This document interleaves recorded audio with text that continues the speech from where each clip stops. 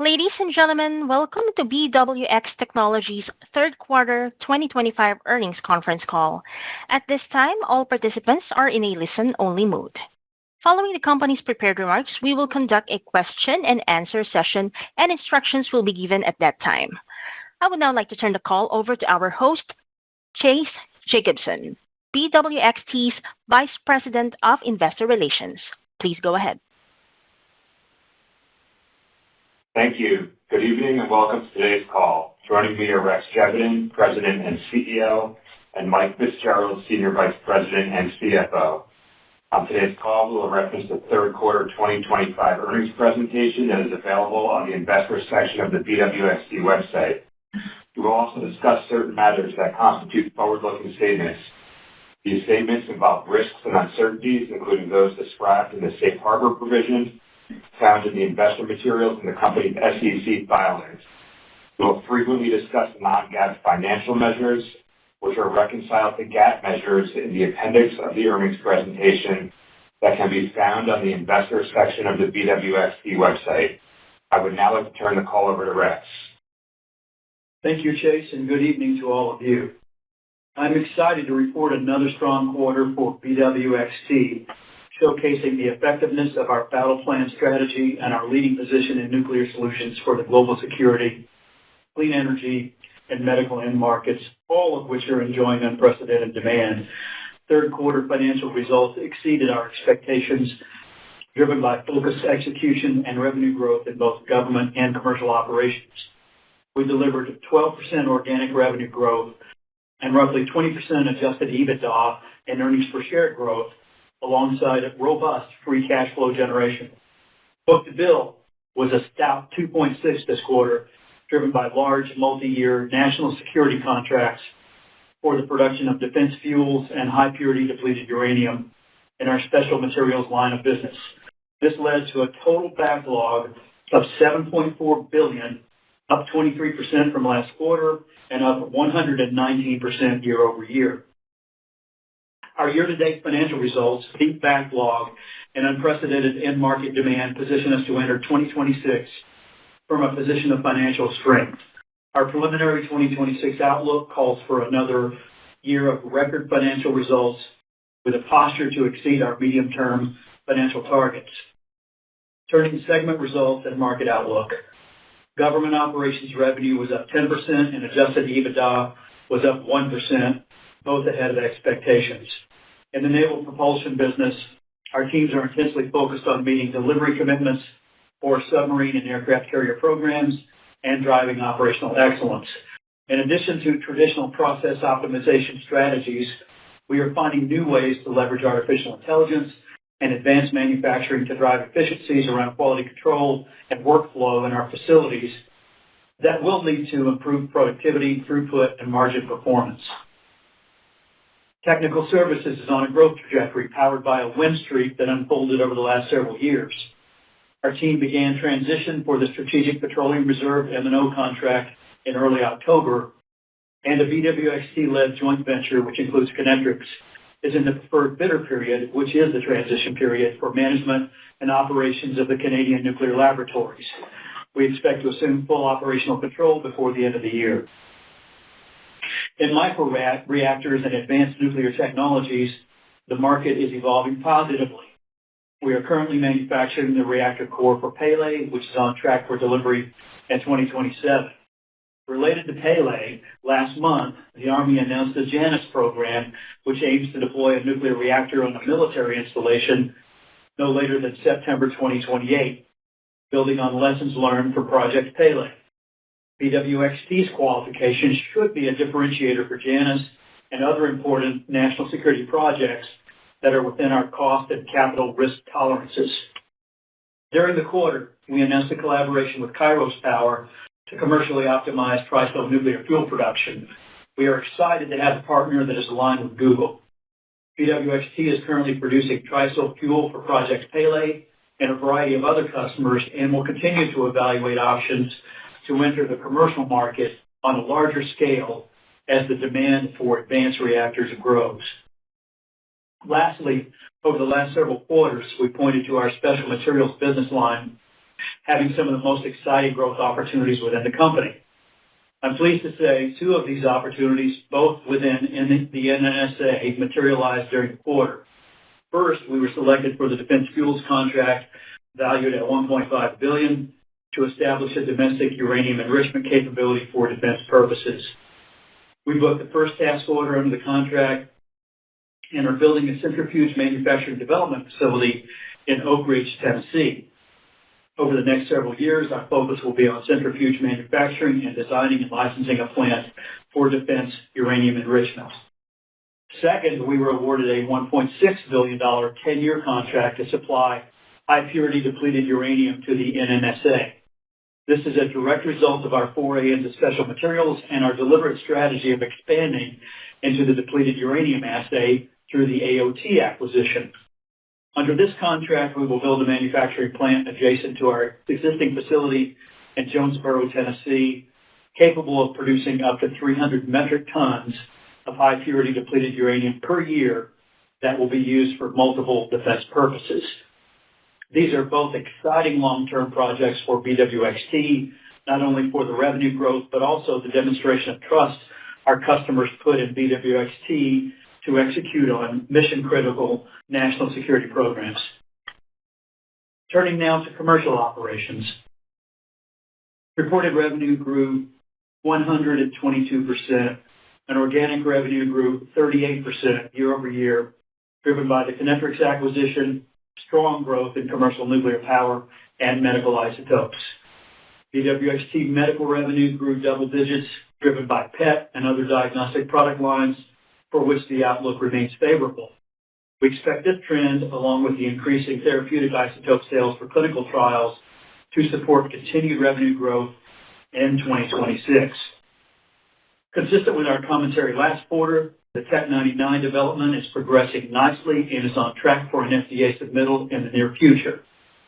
In the therapeutics market, Kinectrics commissioned 4 new electromagnetic isotope separator units that increase production capacity of ytterbium-176, the precursor material for lutetium-177, to over 500 grams annually. This expansion reinforces our role as a global supplier of highly enriched, stable isotopes needed for cancer radiotherapy. Turning now to commercial power, where demand is very strong and our opportunity set is expanding across various geographies and with many of the leading reactor technology OEM providers. In the CANDU market, we have a deep backlog of heavy nuclear components supporting life extensions in Canada, including the 48 steam generators for the Pickering life extension, which are driving significant revenue growth this year. Beyond that, BWXT and Kinectrics are tracking opportunities for international CANDU life extensions, the Canadian new builds we have discussed in the past, other large-scale opportunities, including the Westinghouse AP1000, and multiple SMR projects. In the SMR sector, we are a key partner with the majority of leading technology providers in this rapidly expanding market. To this point, we recently signed a contract with Rolls-Royce to design steam generators for its SMR, along with an MOU for the manufacturing phase, highlighting the power of our merchant supplier position in the market. With that, I will now turn the call over to Mike. Thanks, Rex, and good evening, everyone. I'll begin with total company financial highlights on slide 4 of the earnings presentation. Third quarter revenue was $866 million, up 29%, driven by both segments. Excluding contributions from acquisitions, organic revenue was up 12%.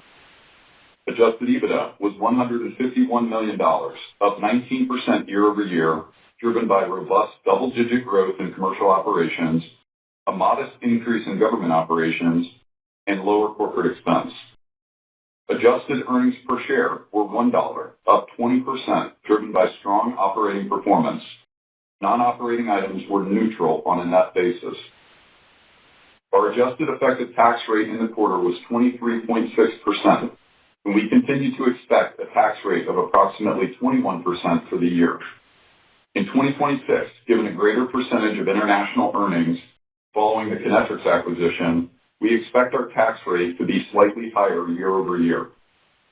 Third quarter free cash flow was $95 million, driven by solid earnings performance and timing of cash receipts from major awards. We anticipate free cash flow in 2025 to be approximately $285 million, the high end of our previous outlook range. Capital expenditures were $48 million in the quarter and $114 million year to date. We anticipate full-year CapEx to be approximately 6% of sales, indicating an increase in the fourth quarter due to timing of spend on growth initiatives, including capacity expansion for commercial nuclear and a number of smaller projects in our government business. In 2026, we expect CapEx to remain at 5.5% to 6% of sales, supportive of our longer-term growth outlook. Moving now to the segment results on slide 6. In government operations, third quarter revenue was up 10%, driven by naval propulsion, long lead material procurement, special materials, and a roughly 3% contribution from the AOT acquisition, partially offset by a decline in microreactor volume. Adjusted EBITDA of $118 million was up modestly compared to last year, resulting in adjusted EBITDA margin of 19.2%. We expect government operations revenue to be up mid-single digits organically in 2025, plus just over 2% contribution from the AOT acquisition, slightly ahead of our previous outlook. And we continue to expect adjusted EBITDA margin of approximately 20.5%. Turning to commercial operations, revenue was up a robust 122%, driven by contributions from the Kinectrics acquisition. Organic revenue growth was 38%, driven by strong year-over-year growth in our commercial power business and double-digit growth in medical. Adjusted EBITDA in the segment was $36 million, up 163%. This results in adjusted EBITDA margin of 14.2%, a nice improvement compared to our first half results and up from the 11.9% in the same quarter last year. Margin expansion was driven by solid operational performance and more favorable mix compared to recent periods.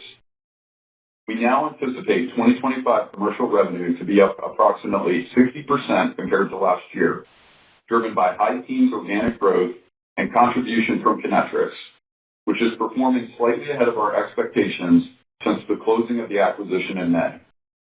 We expect segment adjusted EBITDA margin to be approximately 13.5%, the low end of our previous range, due to the timing of the recovery of higher material procurement costs, which acutely impacted our results in the first half of the year. Turning to our consolidated guidance for the remainder of 2025 and our preliminary outlook for 2026. In 2025, we anticipate adjusted EBITDA to be approximately $570 million, the midpoint of our previous range. However, we now expect adjusted earnings per share to be $3.75 to $3.80, up 7.5 cents at the midpoint, given the benefit from non-operating items, including foreign currency gains and slightly lower interest expense. Looking to 2026, we anticipate another year of strong financial performance, with low double-digit to low teens adjusted EBITDA growth, yielding high single-digit to low double-digit adjusted earnings per share growth, given modest non-operating headwinds. This should lead to another year of solid cash generation, although near-term working capital investments related to the significant growth in our business will likely lead to flat to slightly higher free cash flow. In our segments, government operations revenue is expected to grow in the mid-teens, led by growth in special materials and supported by higher revenue in naval propulsion and microreactors. Of note, the Defense Fuels Program and HPDU will account for over half of the segment's growth in 2026. This growth includes a significant amount of what is essentially customer-funded CapEx to build the unique infrastructure required for these programs, meaning they are expected to have below average margin in the first phases compared to the rest of our special materials portfolio. As such, we anticipate government operations adjusted EBITDA to grow in the high single-digit percentage range compared to 2025, ahead of our medium-term outlook for mid-single-digit growth in this segment. In commercial operations, we anticipate another year of robust revenue performance, with low double-digit organic revenue growth plus contribution from Kinectrics. We anticipate adjusted EBITDA growth to outperform revenue growth, driven by better margins due to the favorable mix and solid execution. Overall, we had a strong quarter, and we are well positioned for another year of record financial results. Our backlog is robust. We have good visibility into the future, and we remain focused on driving improved margin performance and cash generation in our business. With that, I will turn it back to Rex for closing remarks. Thanks, Mike. It is an exciting time for BWXT. The secular trends of decarbonization, electrification, and data center power demand, combined with an increasing appetite for nuclear solutions in the national security space, are meaningful tailwinds to BWXT. We are proud of our strong market position and the customer trust we have earned, built upon the expertise of our workforce, our differentiated infrastructure and credentials, and our strategic organic and inorganic investments. We are winning in our core businesses and expanding into new and exciting areas. During this period of exceptional growth, we are doubling down on operational excellence focus and expanding its application across the entire BWXT enterprise. We are driving further process improvements and increasing the use of industrial automation and artificial intelligence to optimize cost structure, product quality, and cash generation to maintain our winning position and drive shareholder value. And with that, we look forward to taking your questions. Thank you. We will now begin the question and answer session. If you have dialed in and would like to ask a question, please press star 1 on your telephone keypad to raise your hand and join the queue. If you would like to withdraw your question, simply press star 1 again. If you are called upon to ask your question and are listening via speakerphone in your device, please pick up your handset to ensure that your phone is not on mute when asking your question. We do request for today's session that you please limit to one question and one follow-up question only. Thank you. First question comes from the line of Pete Skibitski with Alembic Global. Your line is open. Good evening, guys. Nice quarter. I guess for anyone, certainly on an absolute basis, this is one of the bigger revenue beats of consensus that you guys have ever had, I think. So just wonder if you could clarify, did you book any revenue on the 2 new contracts in the quarter? I know it went into backlog, but did you book any actual revenue on those 2 new ones? And then just kind of the modest full-year sales guidance increase implies a fourth quarter that will be down pretty sharply sequentially. So I'm wondering if you could explain that also. I don't know if there's some conservatism or something else. I'll stop there. Yeah, thanks, Pete. So as it relates to the new contracts, very, very modest contribution, so not a big driver here. One of the things I think that you're seeing a little bit, and we've seen this trend this year in the second and third quarter, is the seasonality around some of our large material procurements.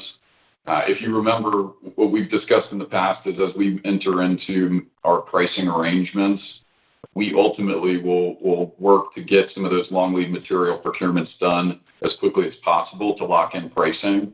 And so we've been working to try to do that in the second and third quarter. We were able to accomplish that a little bit earlier this quarter in comparison to when we had originally forecasted it in the fourth quarter. So that is why you're seeing, a large beat this quarter, but ultimately a little bit of seasonality in the fourth quarter, just as some of those material procurements have shifted to the right. I would say outside of that, we're seeing really strong performance in the shops, and we're continuing to see them outperform both on our government ops and our commercial ops segment. And so we're very encouraged by that and highly focused on driving continued operational excellence initiatives within the factories.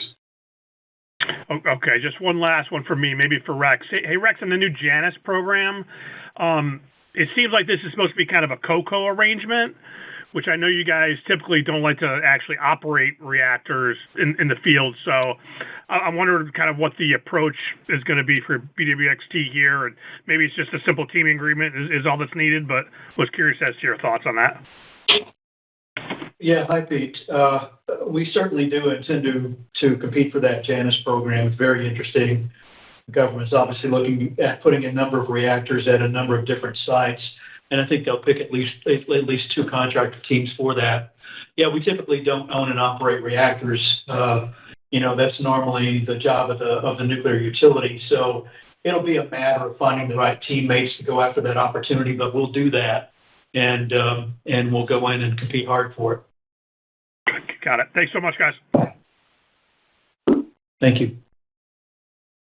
Our next question comes from the line of Robert Labick with CJS Securities. Your line is open. Hi, this is Will on for Bob. With 6 months or so under your belt now, what are the key takeaways from the Kinectrics acquisition, and what are some of the new market and revenue synergy opportunities? Well, as I said on the call, Kinectrics is outperforming so far. In fact, I might speak more broadly and just say the 2 acquisitions that we did this year, the Jonesboro acquisition, and AOT, and the Kinectrics acquisition are both outperforming. And I think we created a lot of value there. We bought both of those businesses well within our multiples, and both of them are doing quite well for us. For Kinectrics itself, the outperformance relates to the transmission and distribution business, which is growing very smartly right now because of there's 2 things going on there. One is the aging infrastructure requires a lot of testing, so we're doing that. And then we've got a nice business in offshore wind cable testing, particularly focused in Europe. So we're seeing outsized growth there. The life extension programs at the Pickering plant are creating a lot of opportunities that Kinectrics is well suited for. So we're attacking that one. And then finally, we're seeing some sizable business around licensing support to the Canadian nuclear utilities for the new build large reactor projects in that market. And I find that encouraging from multiple perspectives, obviously for Kinectrics itself. But I think that demonstrates the seriousness of the nuclear utilities to proceed with their plans for large nuclear reactors. So, a lot of goodness in the Kinectrics business, and it's a really great match for BWXT. I might add that, by the way, that medical business of theirs is doing very nice, and there's a lot of talent in that part of the business, which has been helpful and synergistic to BWXT Medical. Thank you. And just one more. With the exponential increase in the focus on energy production and security, where are the biggest and nearest term opportunities for BWX to participate in the growth in nuclear energy, and how are you prioritizing investment into so many opportunities? Yeah, I'd say we see demand everywhere. We see it on the commercial side of the business. We see it on the government side of the business. If you're speaking to commercial power in particular, I'd say the opportunities in order are kind of, small modular reactors everywhere. And you know that we face the market as a merchant supplier, and we participate on the X300. We participate on the TerraPower Natrium reactor. We did a deal with Rolls-Royce, so we're supporting that reactor in steam generator design and ultimately manufacturing. And the geography is, Canada, U.S., Europe, and Poland, and the U.K. and other places. So that one is super interesting to us. I do expect to see SMR announcements in the U.S. in the fairly near future. I'd say the large reactor opportunity is expressing pretty strongly based on what I just said about the plans in Canada. I think they'll build at least 8, CANDU derivative large reactors at Wesleyville and at the Bruce site. And then obviously the Westinghouse announcement for $80 billion worth of reactors in the U.S. is, I think, quite a positive sign for the industry as it relates to capacity and the need for that. We're actively bidding on AP1000 components kind of every day. So that's in the commercial side of it. Now, Pete mentioned the Janus program, which is a kind of a quasi-commercial program because it's contractor-owned, contractor-operated facilities for U.S. military sites. So that one's interesting in itself. And, of course, we see commercial outlets for TRISO, growth in nuclear medicine, so it's everywhere. Thank you. Welcome. Next question comes from the line of Peter Arment with Baird. Your line is open. Hey, good afternoon, Rex, Mike, Chase. Nice results. Hey, could you, Rex, on the two large contracts that you booked in the quarter, the uranium enrichment and then the depleted uranium awards? I think Mike mentioned that there's just going to be some government-funded capex to help stand some of that up. But how does the revenue kind of cadence roll out as when both of those programs kick off? And I guess related to that, Mike, you said it would probably initially come in at some lower margins. Just how long of a period does that last? Thanks. Yeah. So for both of those contracts, they're kind of over an extended period of time. So I think for HBDU, we announced 10 years, and in Deuce, we've talked about that being a roughly 10 to 15-year program. We will see a little bit of front loading as we build up kind of the infrastructure investments on those in the early parts of the year. But generally speaking, they're pretty distributed over the life of the period of performance. So maybe a little bit waiting early, but certainly not significant. So it'll be relatively distributed over those 10 to 15 years, depending on the contract that you're talking about. Those contracts are structured as fixed price programs. As you know, we typically will enter into kind of a base level margin percentage and then ultimately work to outperform those over a period of time. Our special materials business has had a long history of being able to outperform. And so typically we do not make any of those kind of large scale adjustments from an EAC perspective until we're probably around 25% or more on the contract. So I would expect that the kind of lower margin to last for the first couple of years. And then ultimately, we would be highly focused on driving improvement in that EAC and being able to recognize a higher profit. Appreciate that color, Mike. And then just Rex, just on Project Pele, could you just give us the latest update on how that's going? Because it sounds like you said delivery in 27. I thought is that later than previously planned? Just give us any more updates there. Thanks. Yes, Peter, that is later than the contract originally called for. That said, the requirements for that program have been evolving, particularly the role of the national labs in that. And so it's not unexpected, and the program's doing very nicely. We are assembling the reactor core down in Lynchburg, Virginia right now, and do expect to deliver that reactor and that fuel to Idaho National Laboratory in 2027, and they'll fire it up and test it out there. So the program's going great. Thanks, guys. Nice results. Thanks, Peter. Next question comes from the line of Jeffrey Campbell with Seaport. Your line is open. First of all, congratulations on the strong quarter. Regarding Deuce, the press release announcing the $1.5 billion award said that the pilot plant will demonstrate LEU production for defense missions before being repurposed to produce HEU for naval propulsion applications. To be clear, will the capability to produce HEU be accomplished in the current appropriation, or will it require additional funding? So that initial tranche of funding is about licensing and preparation for the high-enriched uranium cascade, which ultimately will be based at our nuclear fuel services business in Irwin, Tennessee. That combined with a centrifuge manufacturing development capability that we're doing up in Oak Ridge, Tennessee. So that actually, the first tranche of funding does not relate to the production of the material itself. Okay, thank you.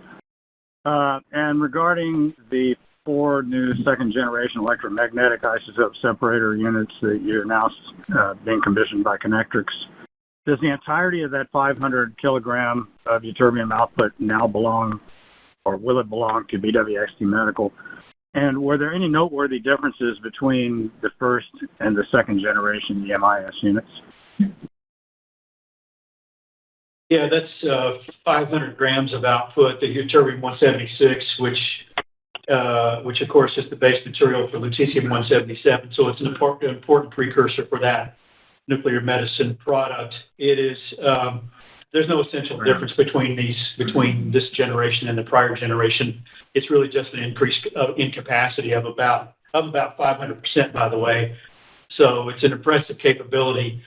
We haven't integrated Connectrix medical business into BWXT's medical business for some good reasons. But those businesses are supporting one another, and we're finding strategic synergies there that are pretty powerful.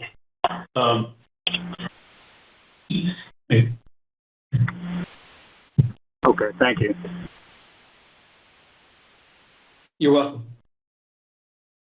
Next question comes from the line of Scott Deuschle with Deutsche Bank. Your line is open. Hey, good evening. Mike, could you size up the shipset value of the steam generator content you won with Rolls-Royce?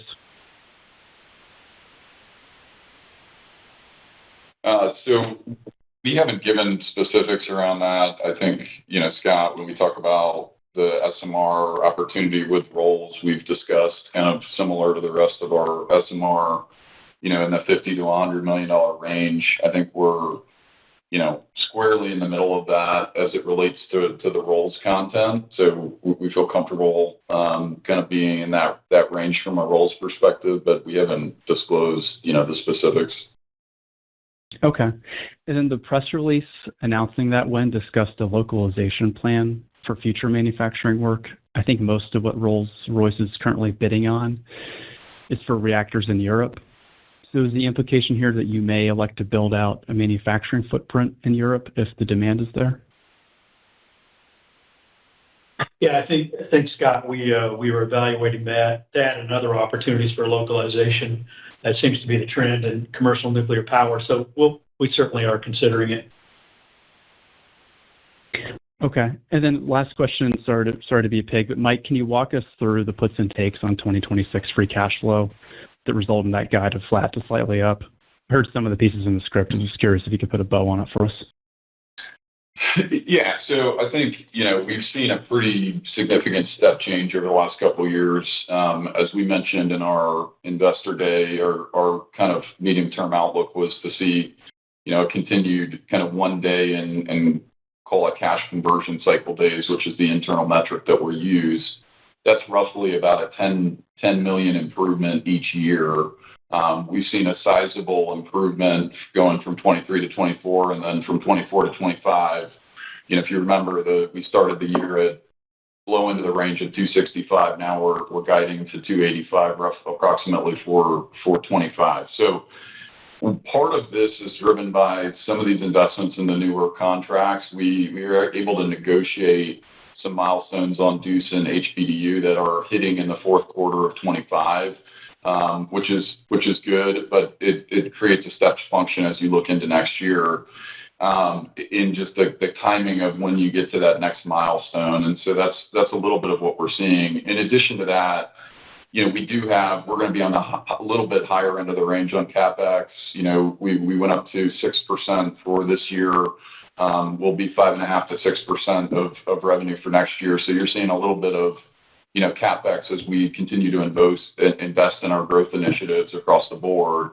And so when you kind of take a look at that, you're seeing that basically we're going to end up flat based on, even though we'll have a probably 1 day working capital improvement, that's going to be offset by, call it 10 to 15 million of timing related to kind of milestones payments for some of these larger new contracts.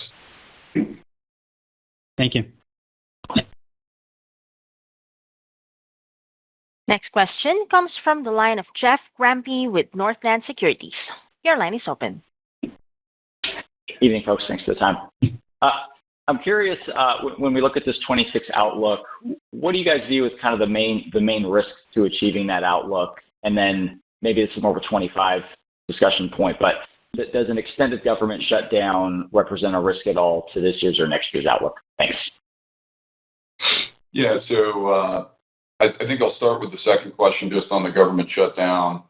And just to clarify that the majority of the impact of our government shutdown is specific to our technical services part of the business within government operations, where we run different joint ventures with external partners to do M&O and other environmental cleanup on DOE sites. I think the teams have done a great job of managing funding. Those majority of our sites are fully operational still at this point. And, we're kind of making sure that we're continuing with the mission. I would say we have not contemplated a long-term shutdown in our guidance. And so to the extent that we're seeing an extended shutdown, I don't see that as a major driver for 2025, but I would say that would create some risk if it extended into 26 for an extended period of time. As far as kind of the puts and takes from next year, I would say, from an opportunity perspective, we continue to focus on operational performance and OpEx initiatives, which we've discussed a lot. When you look at our kind of guidance for next year, we are still working through some of the old pricing agreements. I mentioned last quarter that, I anticipated some of that to continue in through 2026. So to the extent that we can drive continued performance in the business, and we're able to, see that productivity, we could have some upside as it relates to opportunities and EAC potential write-ups. We have not assumed a substantial amount of EAC write-ups in our current guidance. In addition to that, based on the timing of some of the new special materials contracts we've seen, earlier this year, we had strong performance in those contracts. We'll continue to focus on performing well in that part of the business, and so that could result in, ultimately some opportunities to the guidance that we've laid out. From a risk standpoint, I would say a lot of this relates to just kind of the overall timing of our commercial nuclear opportunities. We're seeing a flurry of activity in RFP and RFIs, and we certainly have a decent visibility into when the timing of those orders are. But if you had some delays in the timing of those orders, it could have an impact or create some risk for next year. And then we always will highlight just, defense spending. We haven't seen a major impact on that, but that's always a potential risk. And, I mentioned the extended government shutdown. That could be also a potential risk. So those are the big puts and takes. Awesome. I appreciate that thorough answer. That's really helpful. And it kind of ties into my follow-up. So, Rex, you mentioned, this demand market as being unprecedented. It seems like the last couple of quarters have been more headlined, more on the government segment of the business. I'm curious how you see the commercial side playing out, the potential acceleration there. I mean, it sounds like that the pipeline is robust, and so maybe is this something that you guys think kind of materializes or accelerates from a kind of order backlog standpoint over the coming quarters, or do you have that level of conviction or insight at this point in the cycle? No, I do think, Jeff, that we'll see that order start to accelerate. I think, obviously the Westinghouse announcement was maybe the first domino to fall. If you look at small modular reactors, OPG seems committed to building out those 4. We'll see what the next announcement for SMRs is in the U.S. I think that should be Tennessee Valley Authority or another nuclear utility. There's a lot of chatter about that. I do fully expect the nuclear utilities in Canada to go forth with the large builds pretty soon. Like I said, we have task orders, contracts already to study the licensing for those CANDU derivatives. And so, yeah, a lot of things are falling into place, a lot of announcements, a lot of demand. And so I think next year for this business will be more about commercial orders and commercial announcements than about government orders and announcements, which characterize 25. Got it. Great. Thank you guys for the time. Appreciate it. Welcome. Next question comes from the line of Michael Ciarmoli with Truist Securities. Your line is open. Hey, evening, guys. Thanks for taking the questions. Maybe, Rex, not to derail things, but maybe talk more about the boring portion of your business. No one's asked about Navy subs, shipbuilding, and just kind of general thoughts. Mike, I heard you talk about the CapEx. I think we still have a commitment to AUKUS out there, but any kind of general update on kind of what you're seeing in terms of, VA, Columbia cadence, how you're thinking about, whether or not AUKUS flows in at some point. Do you need more CapEx or more capacity?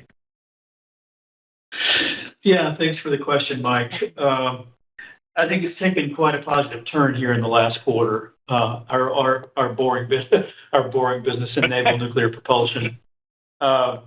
AUKUS had been in question because it's being examined by the Department of Defense, but you saw the sort of love fest between the Australian Prime Minister and the President.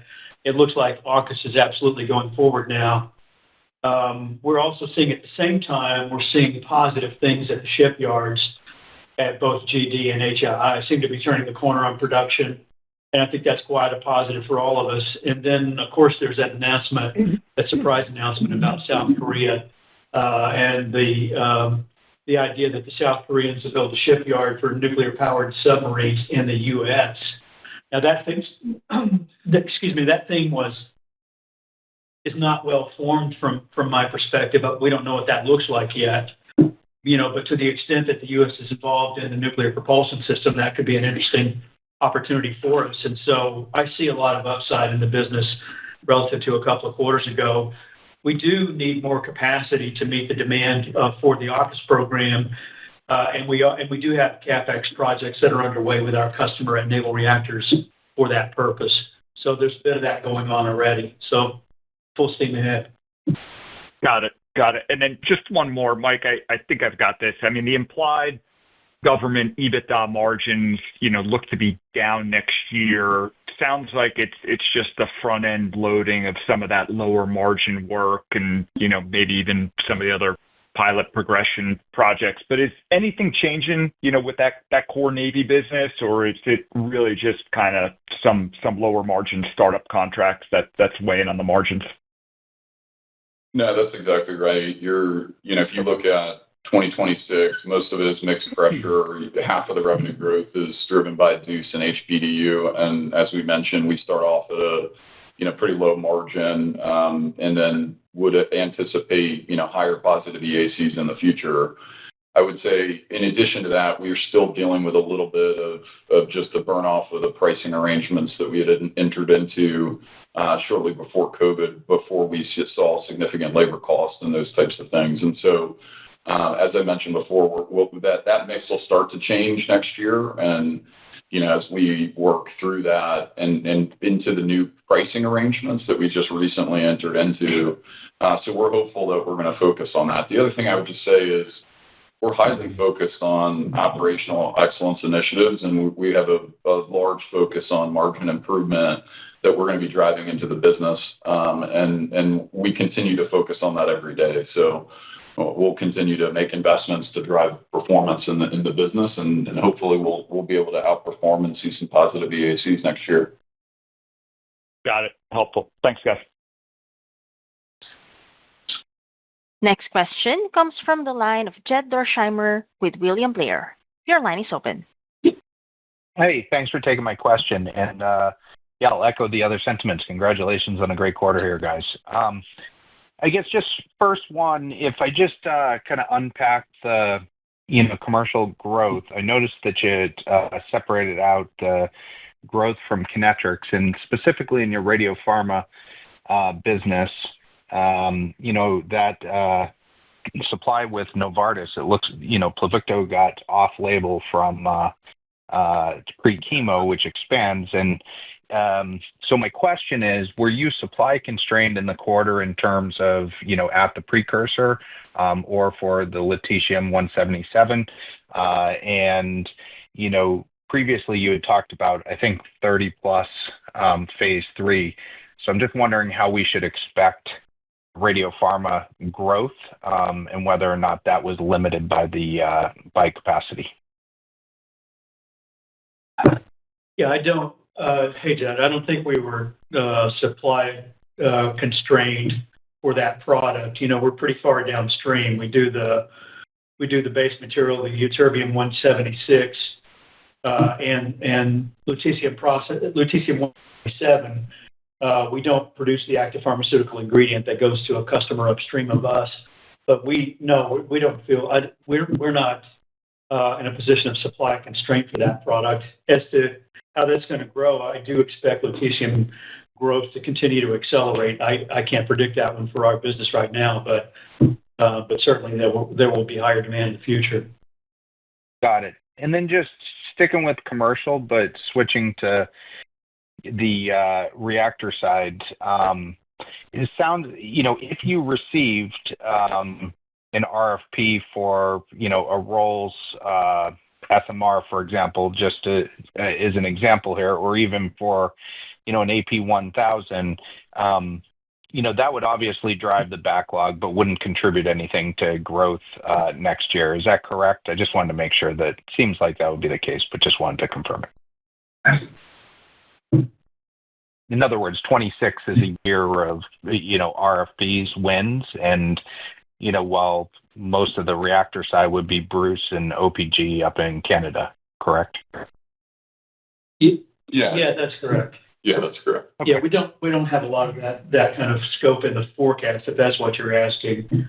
Yeah, from my perspective, the growth numbers that we put out there for 26, those kind of early targets for growth, I don't see much. I mean, I frankly don't see much risk on the revenue side because we've booked so much business in naval reactors, special materials, and even on the commercial side and on the medical side. So it's a low risk outlook from the standpoint of revenue. We just need to drive margins. But yeah, anything that we would get on the commercial side, say from the AP1000, would be additive to that. Great. Thanks, guys.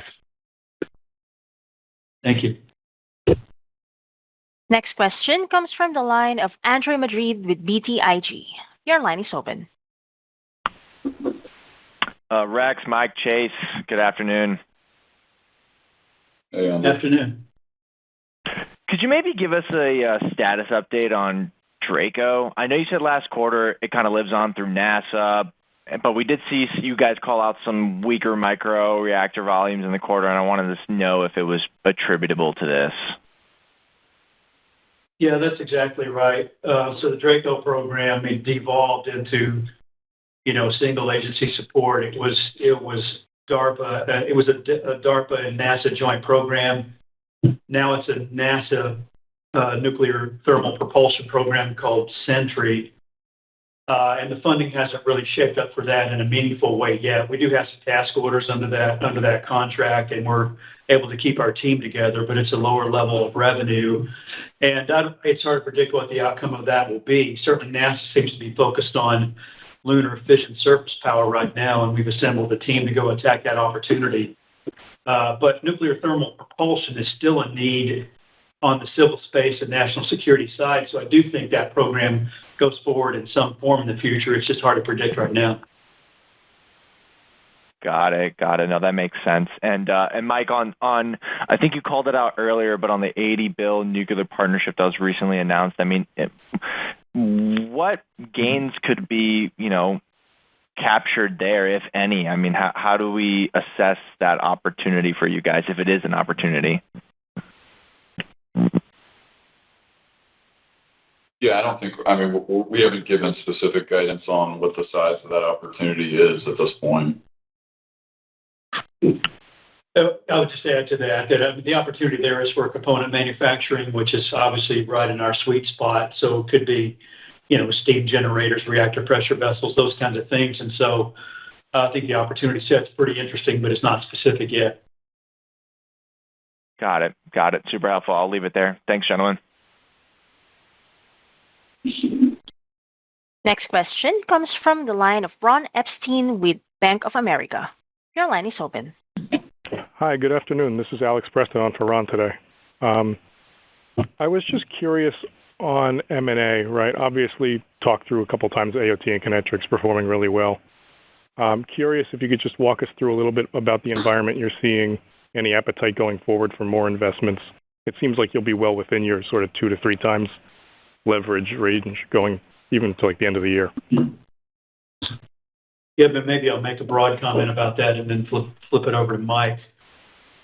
We've been historically pretty picky about doing acquisitions because our philosophy there is to go and get things that amplify our strategic intentions in the nuclear space. And so I think that means you're necessarily limited on the number of targets. But that said, we did a couple of really good ones this year with Kinectrics and AOT, and we've done some very good ones in the past. Nordion was a good acquisition for us. The GE Hitachi assets in Canada, very good acquisition for us. I would say that we are interested in acquiring right now because, as I said on the call, or as I said in one of the answers, we certainly can get assets within our multiple. So you've got an opportunity to create value there. So we're continuing to look. I think it's super interesting, and we'll acquire if it matches what we're trying to do strategically. Otherwise, we'll stay away from it. Yeah, and I think we feel comfortable where we are from a leverage standpoint. One of my priorities is to continue to clean up some of the balance sheet and create some capacity and dry powder to be opportunistic about acquisitions going forward. Got it. Appreciate the color. Thank you. Next question comes from the line of Pete Skibitsky with Alembic Global. Your line is open. Yeah, just a quick housekeeping question, I guess, for Mike. Mike, the $15 million step up in D&A in 2026, this is a small EBIT impact, but I was just wondering, does that relate to the 2 new contracts in government, or is it, from Tech 99 or something completely different? It's not related to either. I mean, part of this is the timing difference between when we get recovery under, cost accounting standards and financial accounting standards. But no major step changes that relates to Tech 99. That won't happen until that program has gone through full approval. And then from the initial investments that we've been doing related to the new contracts, we're starting to spend that, but those aren't placed in service. So you're not going to see, a significant step up of that in 26. That'll kind of bleed in over a period of time. Got it. Okay. Thank you. And our last question comes from the line of Scott Deuschle with Deutsche Bank. Your line is open. All right, I saved this question for the end of the call because it's probably where it belongs. But Rex, is rare earth handling or processing at all an area of strategic interest to the company, given your existing experience in the handling and processing of hazardous materials? Thank you. So I don't think so, Scott. Our capabilities are around special nuclear materials and the materials handling and the accountability systems that go with that. We just aren't involved with rare earths typically. I mean, apart from ytterbium-176, but just not in our playbook. And so I would say the answer to that is broadly no. Okay, thank you. You're welcome. That concludes the question and answer session. I would like to turn the call back over to Chase Jacobson for closing remarks. Thank you, Desiree. Thank you, everybody, for joining us today. We appreciate your questions. We appreciate your interest in BWXT. We look forward to seeing many of you and speaking with you in the coming days and weeks and seeing you at investor events. If you have any questions, please reach out to me at investors@bwxt.com. Thank you. Ladies and gentlemen, that concludes today's call. Thank you all for joining in. You may now disconnect.